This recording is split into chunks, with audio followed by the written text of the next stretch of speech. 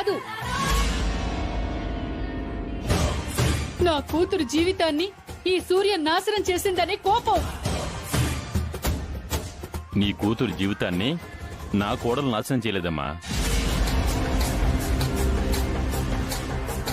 అత్యాశకు పోయి నీ కూతుర్ని నువ్వే ఎరగా వేసి నా కొడుకు జీవితాన్ని నాశనం చేయాలని చూశావు.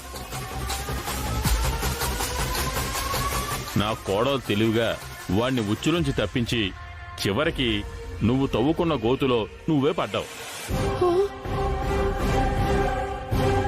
నీ కూతురికి పెళ్ళయింది. ఈ రోజుతో మాకు నీ పీడ వదిలిపోయింది. చూడు, ఇక నుంచి మీ దారి మీది, మా దారి మాది. వస్తాం కుమారి.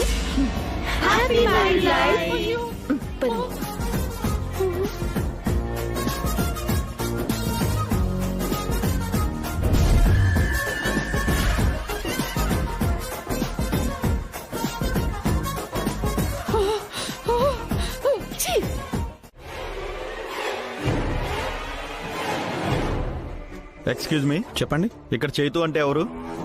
నేనేనండి. ఏంటో చెప్పండి. పద స్టేషన్కి.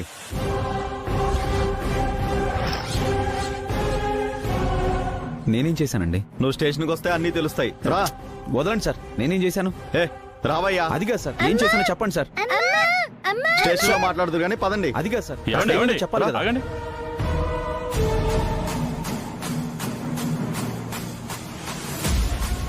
ఆయన ఏం నేరం చేశారని అరెస్ట్ చేస్తున్నారు? ఒక నిండు ప్రాణం పోవడానికి కారణమయ్యాడు కాబట్టి అరెస్ట్ చేస్తున్నాం.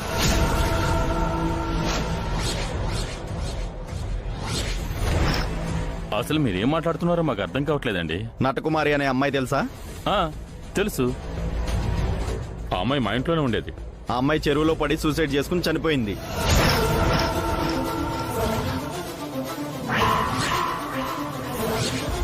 ఆ అమ్మాయి చావుకు కారణం ఈ చైతు అని వాళ్ళమ్మ కంప్లైంట్ ఇచ్చింది. అందుకే అరెస్ట్ చేస్తున్నాం. మా తమ్ముడు అలాంటి వాడు కాదండి. ఆయన అలాంటి వారు కాదండి. ఇతను నిజంగా అలాంటి వాడు కాకపోతే ఎంక్వైరీ తర్వాత బయటకు వస్తాడు, లేకుంటే జైలుకి వెళ్తాడు.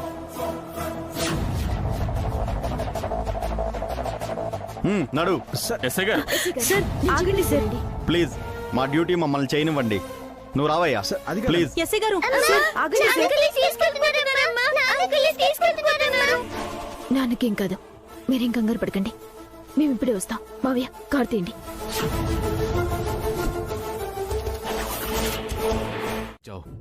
మిమ్మల్ని ఒకసారి చూస్తే నన్నేమైనా ఒకసారి చూసుకుంటారేమోనని. ఏంటి, మనం మాట్లాడుకున్న దాని ప్రకారం నువ్వు అడిగిన 50,000 ఇచ్చేశాను. మళ్ళీ ఏంట్రా? ఇచ్చారనుకోండి, కాకపోతే ఆ అనాథ శవాన్ని అడ్డం పెట్టుకొని మీరేదో పెద్ద ప్లానే వేస్తున్నట్టు నాకు ఇన్ఫర్మేషన్ వచ్చిందండి. మీరు చెప్పిన పర్సనాలిటీ ఉండాలి, పైగా శవం కడుపుతో ఉండాలి. ఇన్ని క్వాలిటీస్ ఉన్న శవాన్ని 50,000కే పట్టుకుపోవడం పాపమండి. ఏంటి, బ్లాక్మెయిల్ చేస్తున్నావా? లేదండి, బెగ్గింగ్ చేసుకుంటున్నానండి. మీరు మరో 50,000 నా చేతిలో పెడితే ఆ శవానికి నాకు ఉన్న రుణం తీరిపోతుందండి.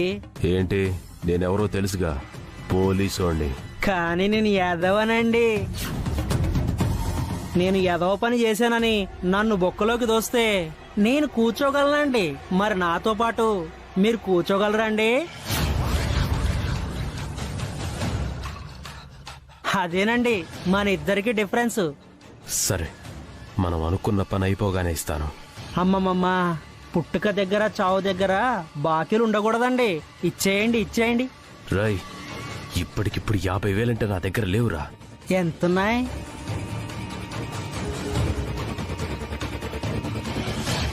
ఇవొక 20,000. థ్యాంక్స్ అండి. ఇవి నేను పట్టుకెళ్తాను. బ్యాలెన్స్ 30 సాయంత్రం కల్లా ఇంటికి పంపించేయండి. లేదంటే నేను ఎంటర్ అయిపోతాను. ముఖం అంతా చేపలు తినేశాయి.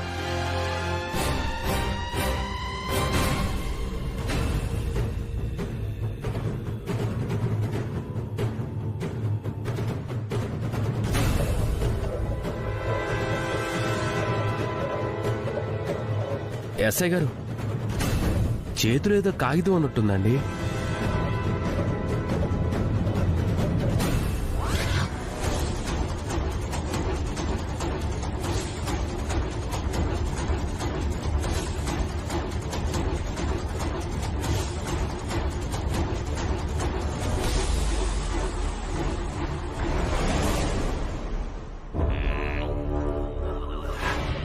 సూసైడ్ నోట్లా ఉంది.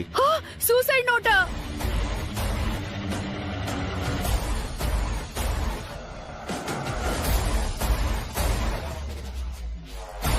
ఆ లెటర్లో అసలు ఏం రాసింది? ఏం రాసిందో చదవండి. అమ్మా, నేను చేతుని ప్రేమించాను, కానీ అతను చాలా మోసగాడు. అది నేను తెలుసుకోలేకపోయాను.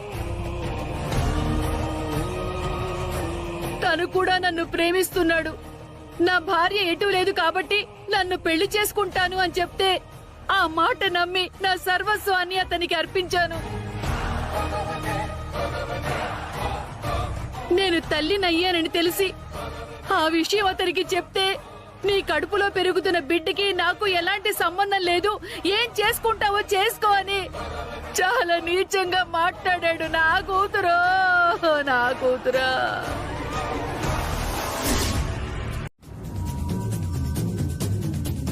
ఆ చేతుకి శిక్ష పడినప్పుడే నీ కూతురు ఆత్మకి శాంతి. సెలవు. అమ్మో నా కూతురు.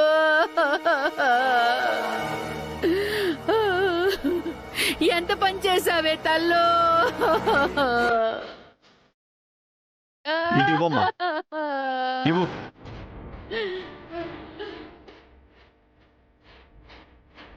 ఈ రైటింగ్ చనిపోయిన అమ్మాయిదో కాదో గుర్తుపట్టగలరా?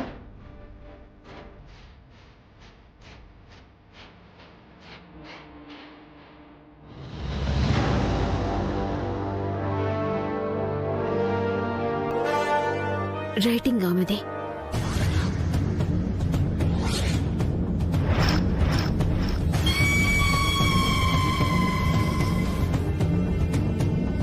ఇంకేంటి, ఆ తల్లి బాధ నిజం, ఆ పిల్ల రాసిన లెటరు నిజం. ఏరా, డబ్బుంటే ఏమైనా చెయ్యొచ్చు అనుకుంటున్నావా? ఇప్పటి వరకు ఎంతమంది జీవితాలు నాశనం చేసావు చెప్పురా. ఇంకా మాటలేంటండి? ఆ పిల్ల చావుకి కారణమయ్యాడు కాబట్టి వీడికి చావే సమాధానం. కొట్టండి. కొట్టండి. ఆగండి, ఆగండి, ఆగండి, ఆగండి. కానిస్టేబుల్స్, ఇతన్ని జీప్ ఎక్కించండి. ఎస్ఐ గారు, మొహం ఎవరితో తెలియకుండా చేపలు తినేశాయి. అలాంటప్పుడు ఆ శవం నటకుమార్ది అని మీరు ఎలా నిర్ధారించగలరు? అవన్నీ ఇన్వెస్టిగేషన్ లో తెలుస్తాయి. అది కాదండి. మీరు ఏదైనా చెప్పుకోవాలనుకుంటే కోర్టులో చెప్పుకోండి. కానిస్టేబుల్స్, బాడీని పోస్ట్ మార్టం తీసుకెళ్ళండి. అలాగే సార్. పదండి మీరు. ఎస్ఐ గారు, పదండి. ఎస్ఐ గారు, ఎస్ఐ గారు, ఏమండి? ఎస్ఐ గారు, కానిస్టేబుల్, బండిది. నాన్న, అక్క, సూర్య, సూర్య.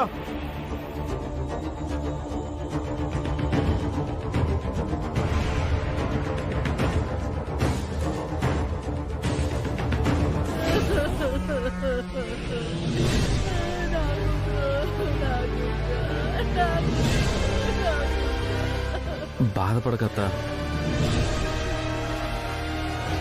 నటుకుమారిని తేలకపోవచ్చు గాని నటుకుమారి ఆఖరి కోరిక తీరేలా నా ఆఖరి శ్వాస వరకు పోరాడతాను. నీ కూతురు చావుకి కారణమైన వాణ్ణి ఉరికంబం ఎక్కించి తీరుతా.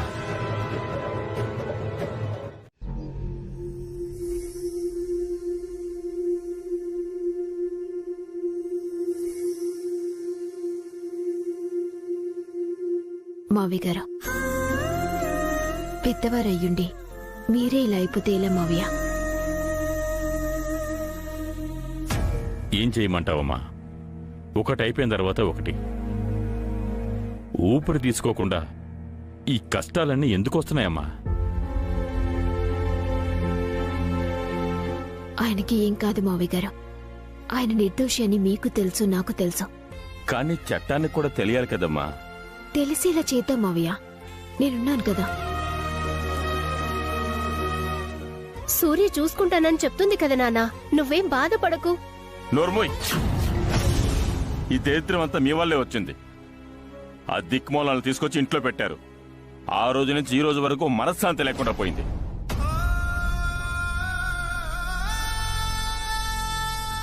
ఏదో బుద్ధి గడ్డి తిని వాళ్ళు ఇలాంటి వాళ్ళని తెలియక ఇంట్లోకి తీసుకొచ్చి పెట్టాను నాన్న, మమ్మల్ని క్షమించండి. ఆ రోజు మీ స్వార్థం కోసం మీరు చేశారు, వాళ్ళ స్వార్థం కోసం వాళ్ళు చేస్తున్నారు. వాడిని బెయిల్ మీదైనా విడిపించి తీసుకొద్దామనుకుంటే నటకుమారి ఆత్మహత్య చేసుకోవడానికి నేనే కారణమని వాడు కాగితం కూడా రాసిచ్చాడమ్మా. ఆ రంగనాయకి బాబ్జీలు కలిసి ఈయన్ని భయపెట్టి ఈ పని చేయించుంటారు మావయ్య. వాళ్ళు భయపెడితే మాత్రం వీడెందుకు భయపడతాడు? స్టేషన్లో పోలీసుల మధ్య ఉన్నవాడు దేని గురించి భయపడుంటాడు? మా గురించే అయ్యుంటుంది.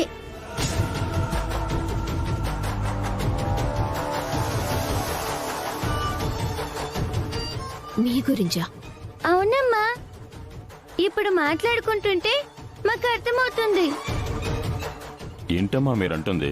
నిజం తాతయ్య గారు, ఇందాక కత్తులు పిల్లల పీకల మీద ఉన్నాయి. నాన్నగారండి, వీళ్ళెవరో మమ్మల్ని చంపేస్తానంటున్నారండి. వాళ్ళని ఏం చేయొద్దు. మీరు చెప్పినట్టే నేను సంతకం పెడతాను. అది తాతయ్య గారు జరిగింది. అమ్మ దుర్మార్గులారా! అయితే వీళ్ళని చంపుతానని బెదిరించి నా కొడుకుతో ఈ హత్య చేశారని ఒప్పించారన్నమాట. ఇక ఎక్కడికి వెళితే మనకి న్యాయం జరుగుతుంది? ఏం చేస్తే వాడిని బయటికి తీసుకురాగలం?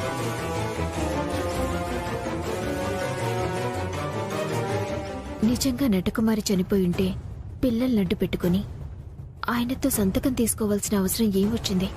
అంటే నటకుమారి చనిపోలేదా? మన కోసం కదిలొచ్చారా ఆంటీ? మిగతాదంతా వాళ్లే చూసుకుంటారు, మీరు ఊరుకోండి ఆంటీ. అమ్మా, నీకేం భయం లేదు. నీ కష్టమేంటో చెప్పు. మేం ఏ విధంగా సహాయపడగలమో చెప్పమ్మా. పాపం కూతురు చనిపోయినప్పటి నుండి ఏడవటం తప్ప మాట్లాడటం మానేసిందండి మా అత్తయ్య. నటకుమారి అనే అమ్మాయి కడుపుతో ఉండి చెరువులోకి దూకి ఆత్మహత్య చేసుకుందనే న్యూస్ మీరు విన్నారుగా? విన్నాం. టీవీలో కూడా వచ్చింది కదా. బిజినెస్ మ్యాగ్నెట్ ధనుంజయరావు గారి అబ్బాయే ఆ చావుకి కారణం అంట కదా. అంట కాదమ్మా, అదే నిజం. అమాయకురాలి చేసి మాయ మాటలు చెప్పి నా బిడ్డని బలి తీసుకున్నాడు ఆ దుర్మార్గుడు. మీరొచ్చారన్న ధైర్యంతో పాపం ఫస్ట్ టైం మాట్లాడుతుంది మా అత్తయ్య. అయినా అతన్ని అరెస్ట్ చేశారు కదా, ఇంకేంటి? ఆ చైతన్యని అరెస్ట్ చేసిన వాళ్ళకున్న ధనబలంతో అతన్ని బెయిల్ పై బయటికి తీసుకురావాలని చూస్తున్నారండి.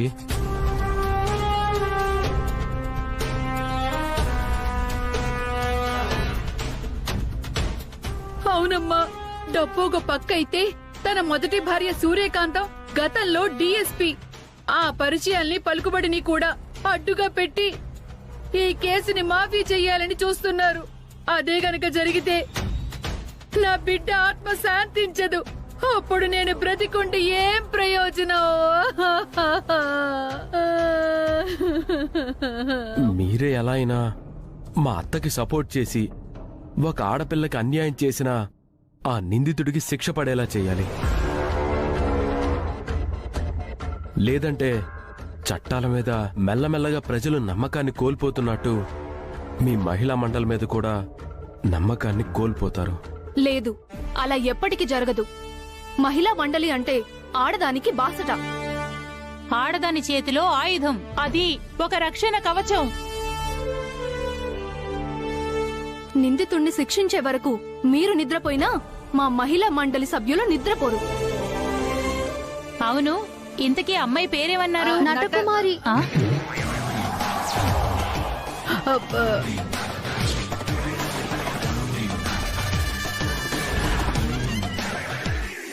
అమ్మో సారీ, నేను మాట్లాడకూడదు కదా.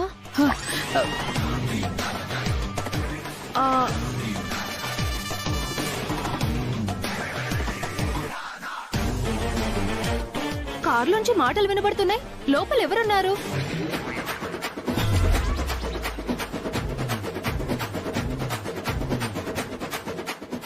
ఈవిడ కూతురే. అదేంటి, వీళ్ళ అమ్మాయి చనిపోయిందన్నారు కదా. చనిపోయినా తనకి న్యాయం జరిగే వరకు పరలోకాలకి వెళ్ళనని ఏడుస్తూ తన ఆత్మ పాప మా అత్తయ్య చుట్టూనే తిరుగుతుందండి. ఒక ఆడబిడ్డకి అన్యాయం జరిగిందని కడుపు రగిలిపోయి ధర్నా చేస్తున్నామయ్యా. నటకుమారిని మోసం చేసి ఆ పిల్ల చావుకు కారకుడైన ఆ చైతుని శిక్షించేంత వరకు మా పోరాటం ఆగదు. ఆల్రెడీ పోలీసులు చైతన్యని అరెస్ట్ చేశారు కదా. చేశారు. కొత్త పెళ్లి కొడుకులా లోపల కూర్చోబెట్టారు. వాడు బాగా బలిసినవాడు. లంచాలిచ్చి బెయిల్ తీసుకుని వెళ్లిపోకూడదనే మేమంతా ఇక్కడ ధర్నా చేస్తున్నాం. ఇలాంటి వాడిని చట్టాలు కోర్టుల చుట్టూ తిప్పడం కాదు, నడి రోడ్డు మీద రాళ్లతో కొట్టి చంపేయాలి.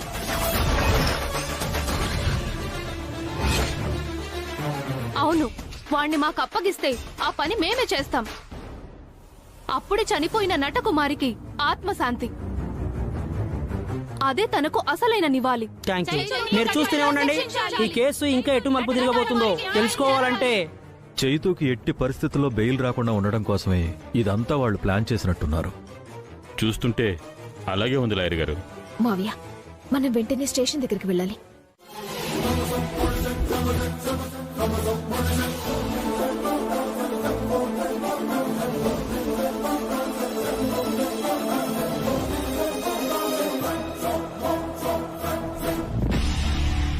సూర్య, ఏంటిది? ఇలా చేయడం చట్టరీత్యా నేరం. పోలీస్ కస్టడీలో ఉన్న మనిషి మీద ఇలా దాడి చేయించాలని చూడటం నేరం కదా. అలా నువ్వు చట్టాన్ని చేతిలోకి తీసుకుంటావా? వాళ్ళు చట్టాన్ని చేతిలోకి తీసుకోవచ్చు, మీరంతా బొమ్మలాట చూద్దాం అనుకోవచ్చు. కానీ నేను చట్టాన్ని చేతిలోకి తీసుకుంటే తప్ప. ఏంటమ్మా బెదిరిస్తున్నావా? మీ ఆయన తప్పు చేశాడు, తనకి శిక్ష పడాలి. దానికి కోర్టులున్నాయి. నిజమేంటో అక్కడే తేలుతుంది. ఆయన దోషం నిర్దోషం అక్కడే తేలుస్తారు. మీరంతా ఎవరు ఆయన దోషి అని నిర్ధారించడానికి? నా గురించి నీకు తెలీదు. చూడు, రెచ్చిపోతే నేను నీకంటే మొండిదాన్ని. నిజాలు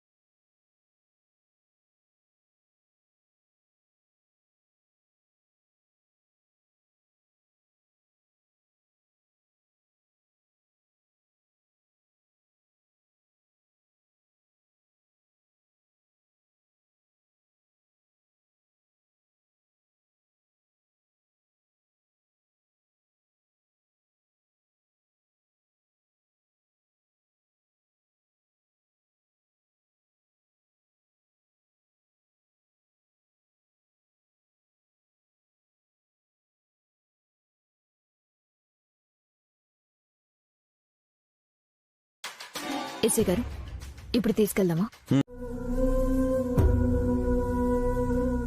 రంగనాయకి,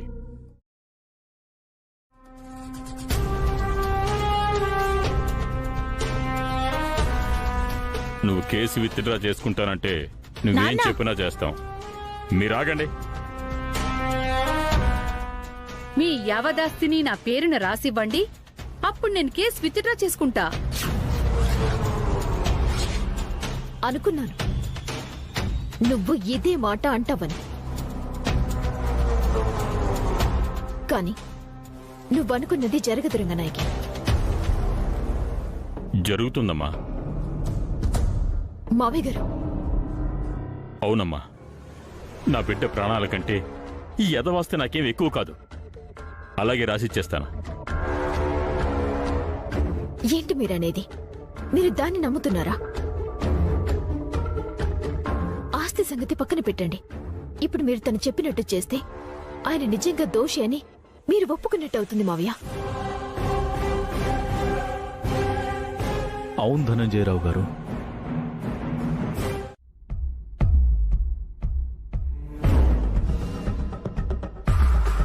నా మనవరాలకి పాఠాలు చెప్తామంటూ ఇంట్లోకి చేరిన తర్వాత వీళ్ళు చేసిన అకృత్యాలు అన్నీ ఇన్ని కావు యువర్ ఆనర్.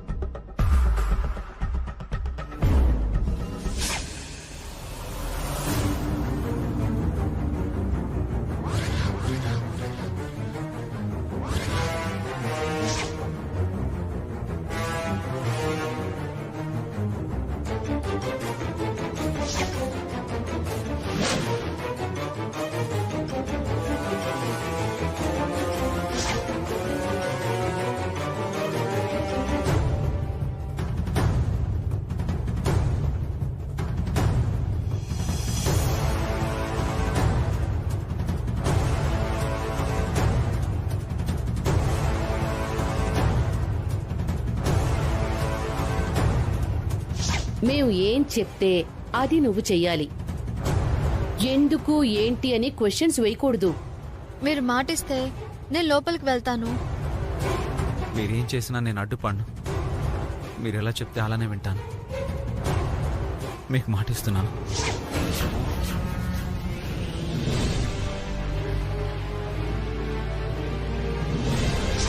నన్ను వదిలి వెళ్ళక సూర్య. నేను విడిచి నేను బతకలేను. సూర్య ప్లీజ్.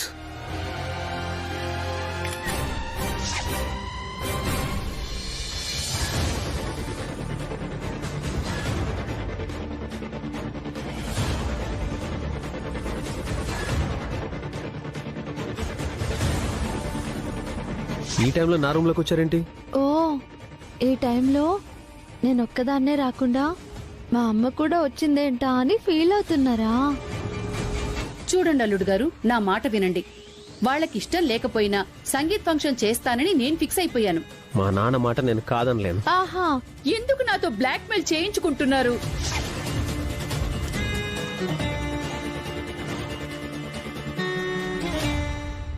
ఆల్రెడీ మీరు మా అమ్మాయితో ఉన్న వీడియోలన్నీ నా దగ్గర ఉన్నాయి. ఇప్పుడు దాని మరణ వాంగ్మూలం కూడా రికార్డ్ చేసేసాను. నేను గాని చచ్చానంటే మీరు ఖచ్చితంగా జైలుకు వెళ్తారు.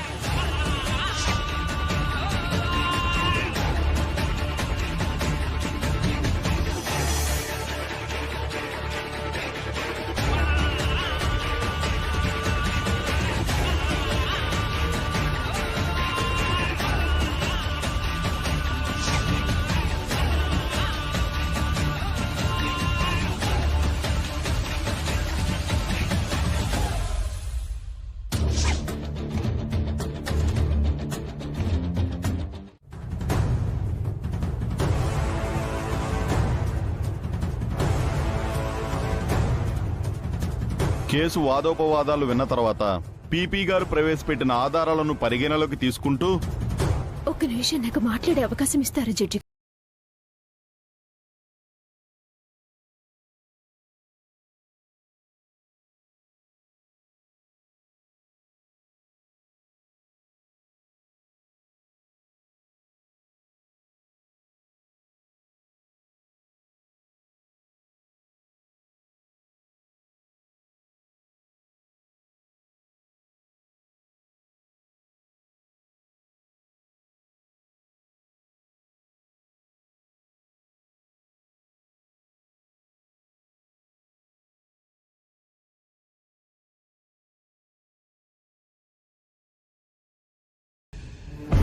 ఎస్ చెప్పమ్మా. జడ్జి గారు, నా పేరు సూర్యకాంతం. గతంలో పోలీస్ డిపార్ట్మెంట్లో పనిచేశాను. బోన్లో ముద్దయ్యగా నిలబడిన ఆ వ్యక్తి నా భర్త. ఈ హత్యకి ఆయనకి ఎలాంటి సంబంధం లేదు అని చెప్పడమే నా ఉద్దేశం.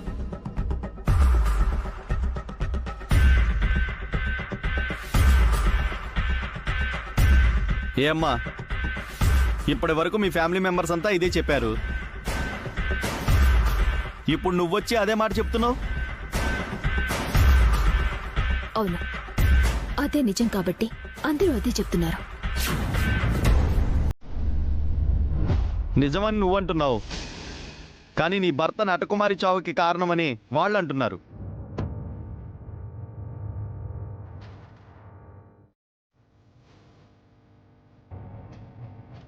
ఆధారాలు కూడా వాళ్ళు సమర్పించారు కదా. అలా నీ భర్తకి ఈ హత్యకి ఎలాంటి సంబంధం లేదని నిరూపించడానికి ఏదైనా ఆధారం ఉందా? ఉంటే చూపించు.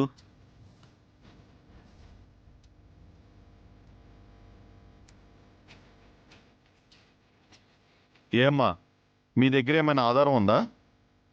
ఆధారం ఉంది సార్.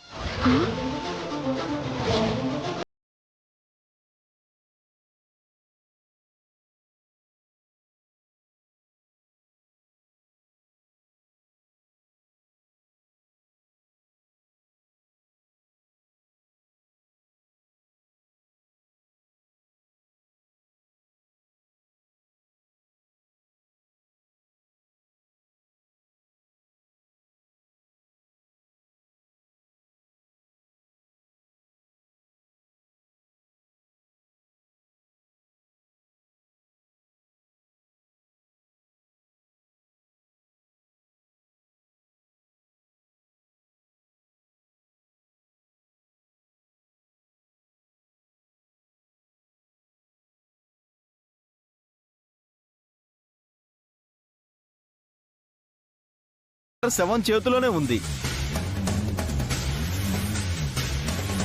ఈ విషయం పోలీసు వాళ్ళు ధృవపరిచారు. అంత బలంగా ధృవపరిచిన పోలీస్ వారికి లెటర్ నీటిలో నానితే తడిచిపోయి ఉంటుంది కదా అని ఆలోచన కూడా రాలేదా?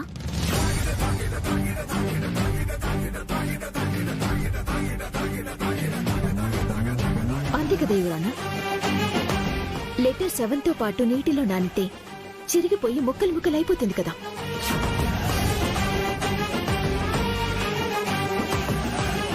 ఒకవేళ చిరక్కపోయినా అక్షరాలన్నీ అలికేసినట్టు అయిపోతాయి కదా. కానీ ఆ లెటర్ అలా లేదు. మీరు పరిశీలించండి సార్.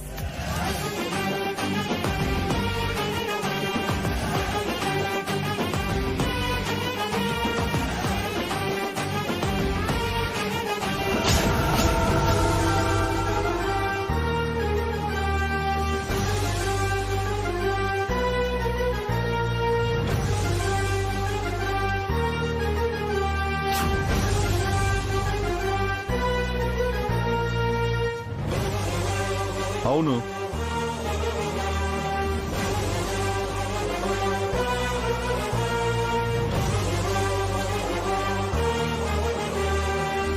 అంతసేపు లెటర్ బాడీతో పాటు నీటిలో నానితే చిక్కు చెదరకుండా అక్షరాలు కూడా చెరిగిపోకుండా ఫ్రెష్ గా అప్పుడే లెటర్ రాసి శవం చేతిలో పెట్టినట్టుగా ఉంది.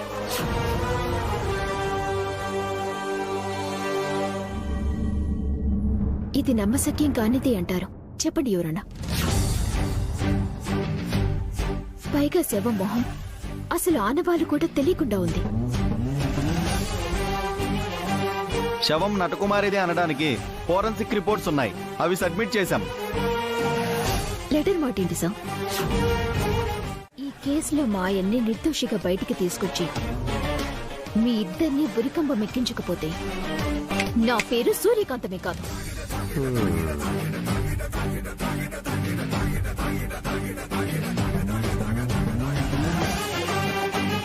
అయితే పేరు మార్చుకోవడానికి సిద్ధంగా ఉండు.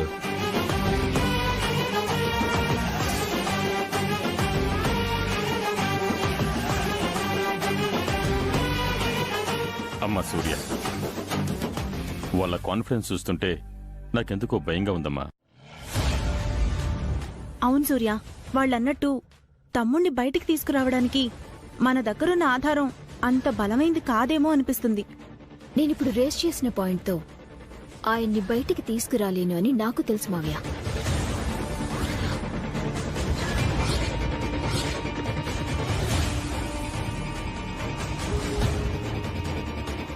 నా దగ్గరే ఇంకా బలమైన సాక్ష్యాలున్నాయి.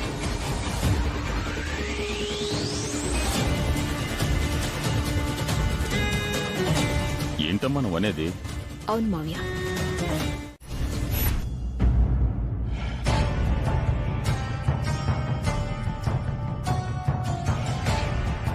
మేడం, మనకిక్కడ ఆధారాలు దొరుకుతాయంటారా? అవకాశం ఉంది పులి. ఎందుకంటే ఆ రంగనాయకి ప్రొఫెషనల్ కిల్లర్ కాదు. ఎంత గొప్ప కిల్లర్ అయినా ఏదో ఒక చిన్న సాక్ష్యాన్ని వదిలి వెళ్ళిపోతారు. అదే పోలీసులకు ఆధారమై నేరస్తుల్ని పట్టిస్తుంది. మీరు చెప్పింది కరెక్టే మేడం. రంగనాయక్ అంత తెలివైంది కాదు, కానీ పక్కన దేశముదురైన ఆ బాబ్జీగాడు ఉన్నాడు కదా, వాడు సాక్ష్యాల్ని ఉండనిస్తాడంటారా? అది నిజమే, కాని అలా అని ఊరుకోలేం కదా. మన ప్రయత్నం మనం చేద్దాం. పద.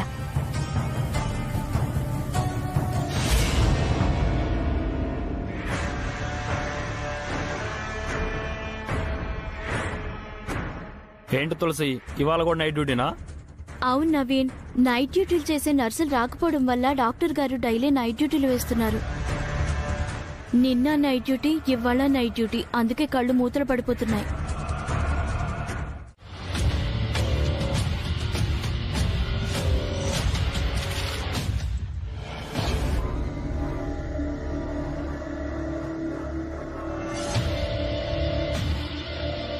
యాదవ డ్యూటీని తాగి పడుకుందామంటే టైమే ఉండదు. శవాలన్నీ కరెక్ట్గానే ఉన్నాయిగా.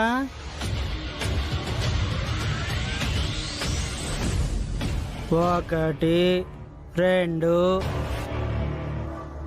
3, 4, 5, 6. అదేంటి మన హ్యాండ్ ఓవర్లో ఉన్నాయి 4 కదా. మన పర్మిషన్ లేకుండా ఈ 2 శవాలు ఎలా వచ్చాయి చూద్దాం.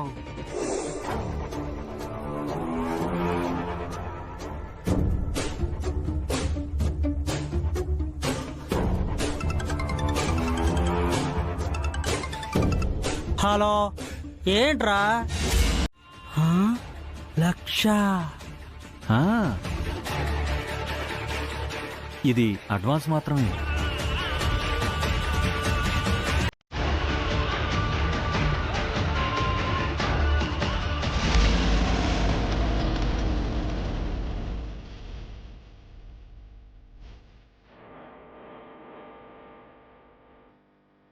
వీడు శవం కావాలంటున్నాడు. చీకట్లో ఎవరో మనిషి ఉంది.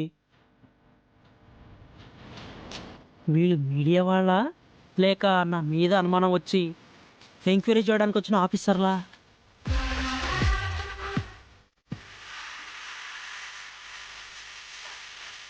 తీసుకో.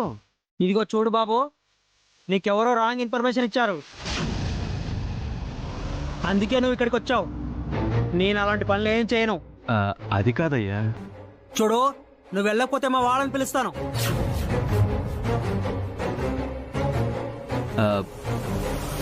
వాళ్ళ వరకు ఎందుకులే, వెళ్ళిపోతాను. మనం మళ్ళీ కలుద్దాం. ఈ డబ్బులు నీకు ఇద్దాం అనుకున్నాను, నువ్వేమో లక్షలను కాదంటున్నావు. నీ టైం బ్యాడ్.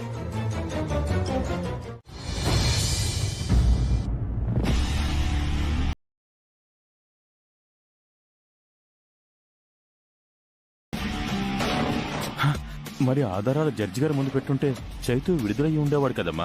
లేదు మావయ్య, ఫస్ట్ హియరింగ్ లోనే ఎవిడెన్స్ అన్ని ప్రొడ్యూస్ చేస్తే ఆ రంగనాయకి బాబ్జీగాడు వాళ్ళ క్రిమినల్ బ్రెయిన్ తో ఏదో ఒక మెలిక పెట్టే అవకాశం ఉంది. అందుకే వాళ్ళని డైవర్ట్ చేయడానికి నేను ఆధారాలని బయట పెట్టలేదు. ఇప్పుడు మనం ఇంకా సాక్ష్యాలను సంపాదించడానికి టైం కూడా దొరికింది. నెక్స్ట్ హియరింగ్ లోనే అన్ని ఆధారాలను బయటపెట్టి ఆయన్ని బయటకు తీసుకొస్తాను మావయ్య. నువ్వే నిర్ణయం తీసుకున్నా దాని వెనక ఏదో ఒక కారణం ఉంటుందమ్మా.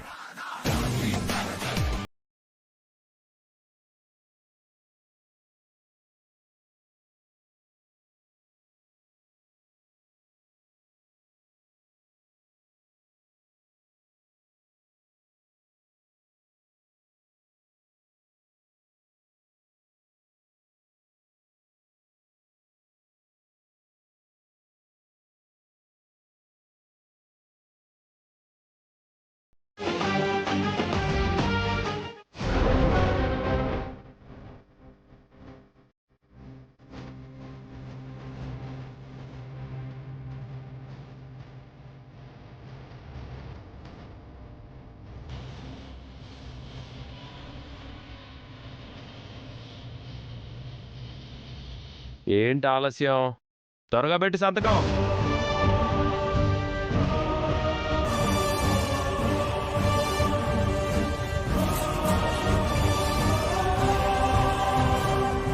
ఆగండి.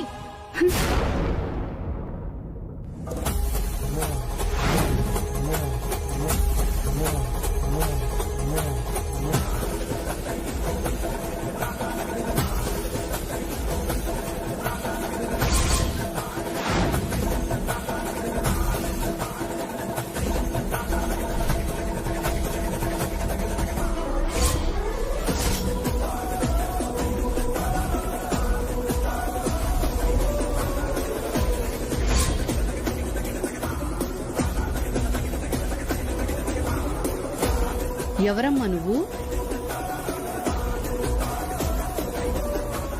గుండమ్మ.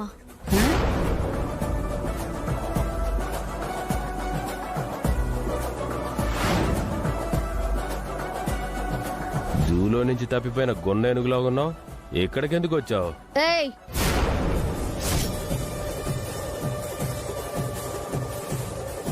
నువ్వు టంగ్ స్లిప్ అయితే నేను చెయ్యి స్లిప్ అవుతాను. ఒక్కటే గుద్దు, రెండో గుద్దుకి బతికుండవు.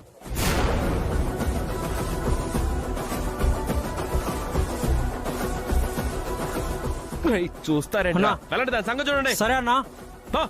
వెళ్ళండి.